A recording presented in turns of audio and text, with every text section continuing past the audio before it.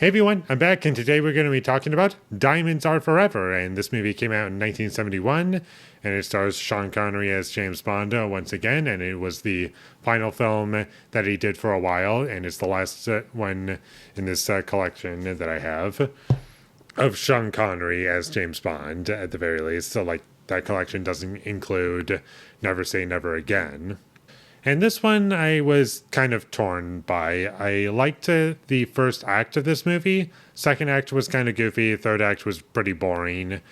That was the entire experience for me. And I liked the practical action. And this movie was definitely a step up with the action sequences. There were much fewer cuts in this one and less blue screens or green screens and stuff. I was like, okay, we're in the right direction now. More focused on practical action and what the series can be good at, just practical stuff, and let's go for that. And I do still love Sean Connery as James Bond. I think he brings a lot to the film, and I do like the look of the film. I do enjoy the 70s look that it has. I just prefer that look that it has as opposed to the 60s. Not that I don't enjoy the look of the 60s James Bond movies, but I feel as though the look of 70s films is just something that's a bit more up my alley. And I was enjoying where the story was going for this one, and I was appreciating the fact that we were doing things differently for a while, at the very least. And there's one issue that I had with showing the antagonists of the film. I just felt as though if we just saw dead bodies and not being explicitly shown that, oh, these are the villains of the movie, I feel as though that would have benefited the film more. It'd be a bit more scary. Oh, we don't know who these guys are or who did this.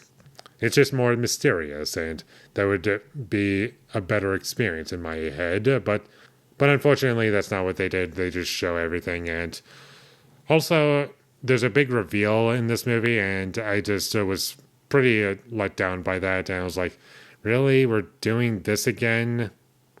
I get what the basic idea of these movies are in terms of structure. The antagonist is always Spectre. That's always something that's consistent with all of these James Bond movies, even the newer ones. But still, I wasn't big on how that was done. I did like the lack of music during the action scenes. It added to the tension, but unfortunately, I just didn't really care all that much once we got into the second half of the movie, because that's when things started to get kind of goofy, and we're just in a car chase scene where we're just in a random space prop thing or whatever, just escaping bad guys while they're in their cars. And I was like, this is a little goofy for me. And I wasn't really that into the characters. I didn't feel attached to any of them. And although I did enjoy the tone of the film, I thought it did a good job at capturing what I liked about the previous Sean Connery James Bond films. I just feel as though what was missing for me in this film was just something to care about or get latched onto in some way or be entertained by, because this movie was just really lacking in that department. I was like, is there something that I'm supposed to care about in this movie? Because I don't really feel that, unfortunately. I also did feel as though this movie was a little too long for what it was. I get that it's not over 2 hours, but still, I do feel as though this movie did have fat in it that could have been trimmed out, and it could have been 15 minutes shorter. I feel as though that could have helped the experience for me. And also, none of the action scenes stood out to me as particularly memorable. Mostly because, with the exception of that chase scene that I was talking about earlier, and it only stands out because it was just kind of goofy and dumb. There were also logical inconsistencies with this movie. We were in a tunnel at one point and it was very well lit. I was like, where was the light coming from? That didn't make any sense.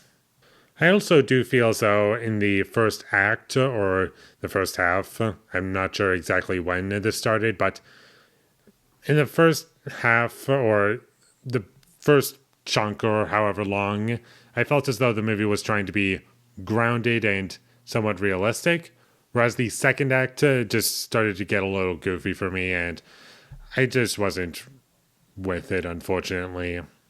And that's about all I have to say about Diamonds Are Forever. It was fine. I didn't hate it. I liked it better than On Her Majesty's Secret Service, but if you like Sean Connery James Bond movies, then I would recommend it to you. And if you're not a James Bond movie guy, then skip it. It's not going to be a movie for you. So that's how I feel about it. And with all that being said, I'm going to give Diamonds Are Forever a 5 out of 10. Thank you for watching my videos. As always, if you enjoyed this review, be sure to leave a like and comment down below you thought of Diamonds Are Forever, and my social media links, they will all be in the description, so follow me there. And last but not least, subscribe to be a part of Foley Nation, and I'll see when I get my next review up, and that is going to be for the Seventh Continent. So look forward to that, but until I get that up, thank you for watching, and have a great day.